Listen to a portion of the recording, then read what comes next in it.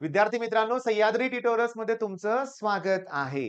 EMI AC circuit part 3 एका सेकंदात video start करणार आहे. लक्ष द्या.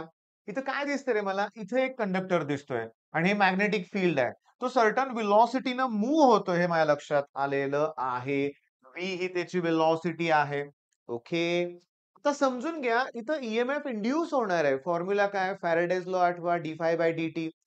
फायचा फॉर्म्युला आठवा, B इंटू A.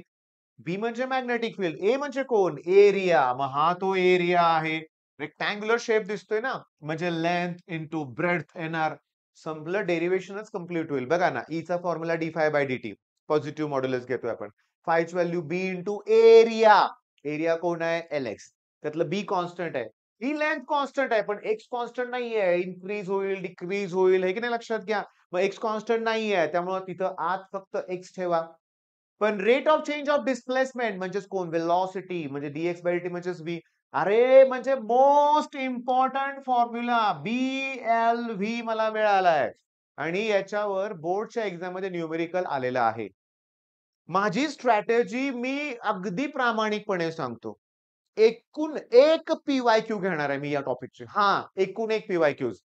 सांगतो 13 मार्काला टॉपिक आहे ईएमआय आणि एसी सर्किट. असे 7 प्रश्न झालेत. म्हणजे माझ्याकडे 91 मार्कचे क्वेश्चन्स अवेलेबल आहेत. पण एवढे मला घ्यावे लागणारच नाहीत, क्वेश्चन्स रिपीट होत आहेत. पण जे परीक्षेत आलंय, म्हणजे मी तुम्हाला सांगतो, की हे डेरिव्हेशन नाही आलं, पण मी सांगितलं ना तुम्हाला, तुम्ही करू शकताय. Consider rectangular frame of wire म्हणूया आपण. ठीक आहे. See part slides over this section असं म्हणा. Let B the magnetic field. Okay.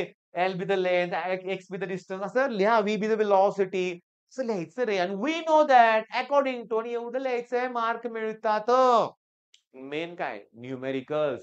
बघा, पहिलं न्यूमेरिकल जे परीक्षेत आलेलं या टाईपचं 2 मार्काला. मला सांगा, वायरची length L equals to 20 metre आहे. नीट लक्ष द्यायचं इथनं पुढं. व्हेलॉसिटी 10 मीटर पर सेकंद आहे.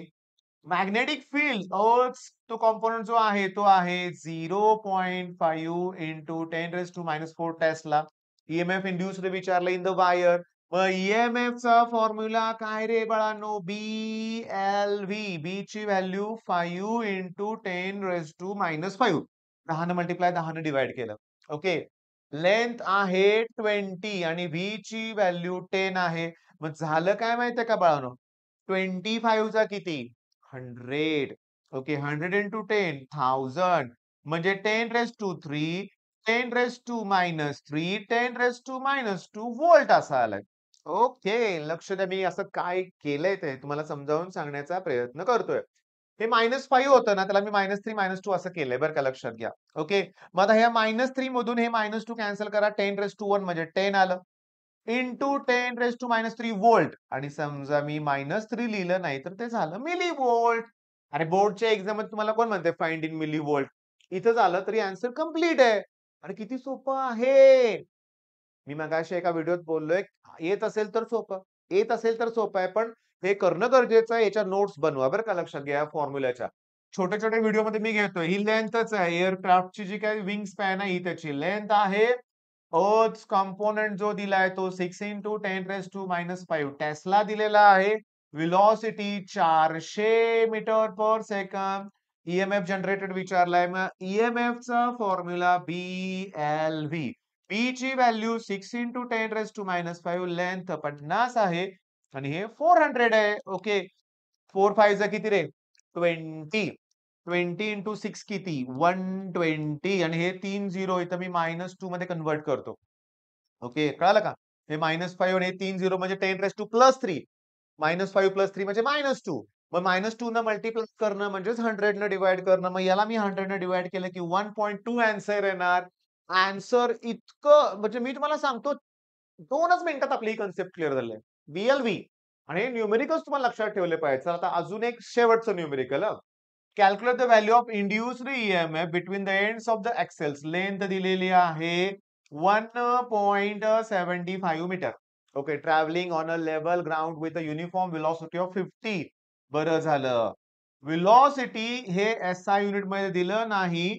त्याला तुम्ही 5/18 न मल्टिप्लाय करा. मीटर पर सेकंद मध्ये कन्व्हर्ट होईल. बी ची व्हॅल्यू 5 इंटू 10⁻⁻5 टेस्ला मिळालेली आहे आणि ईएमएफ इंड्युस्ड काढायचं आहे आपल्याला. मग ईएमएफ इंड्युस्डचा फॉर्म्युला BLV. बी ची व्हॅल्यू काय लॉग टेबलची गरज लागते का? नाही. Length 1.75 metre into velocity 50 into 5/18. Okay. ऐका. मी सांगतो ते व्यवस्थित लक्ष द्या बाळांनो. आता हे तुम्ही म्हणाल सर तर हे लॉग टेबल लागते की इथं. नाही लागत लॉग टेबल, नाही लागत. चला याला मी काय करतोय 2 न डिव्हाईड करतोय म्हणजे इथं चला 25 येईल. मग डिनॉमिनेटर मध्ये कुठला नंबर आहे रे बाळांनो? 9 आहे फक्त. मी तुम्हाला सांगू 5 5 जा किती 25. 25 ला 25 न मल्टिप्लाय करा 625. त्याला 1.75 न मल्टिप्लाय करा. झालं ना बरोबर बाळांनो? 5 5 जा बरोबर आहे. काय राहत नाही ना? ठीक आहे. डिव्हाइड बाय 9 आणि 10⁻⁻5. आता तुम्हाला एवढंच करायचंय 625 ला 175 न मल्टिप्लाय करा विथआऊट लॉग टेबल. त्याला 9 ने डिव्हाईड करा विथआऊट लॉग टेबल. आणि तुमचं अन्सर येईल ते लिहा व्होल्ट. काही चेंजेस करू नका. पण मिली पाहिजे असेल तर इथं -3 फॅक्टर आला पाहिजे होता. मग त्याला -3 -2 करावं लागेल. 10⁻²- म्हणजे ते 200 2 झिरो खाली पण कुणी सांगितले बोर्डच्या एक्झाममध्ये आहे तसं ठेवा. मग हा छोटासा व्हिडिओ आहे मी घेतलाय, पण हा कितवा पार्ट होता रे बाळांनो? तिसरा पार्ट होता. मग याच्या अगोदरच्या 2 पार्टमध्ये पण मी सगळं कव्हर करतोय. पी-वाय-क्यूज घेतोय. थोडं नाहीये. 13 मार्कांचा प्रश्न आहे. 13 मार्कांचा प्रश्न आहे. हे लक्षात घ्या. ओके. मग चला. सुरुवात तर झालेली आहे चांगली. ओके. पण मी परत सांगतो. तुमचं मन तुम्हाला डिमोटिव्हेट करतंय, कंट्रोल करा त्याच्यावर. तुमचं मन तुम्हाला म्हणतंय झिरो स्टडी, व्हिडिओ बनवलाय मगाशी तसलं काही नाहीये, आपण केलाय अभ्यास. तुमचं मन तुम्हाला दुसरे विचार मनात आणून देतोय, आपण हे केलं नाही, ते केलं नाही, घरातले तणाव, काही नाही. घरातल्यांचा फुल सपोर्ट आहे तुम्हाला. तुला आता अभ्यास करायचा आहे हे लक्षात घे. ओके. मग अशा वेळेस प्रश्न पडतोय मुलांना, की रिव्हिजन कसे करू, हे कसे करू? तुम्हाला सांगू का लक्षात घ्या मी काय सांगतोय ते बघा.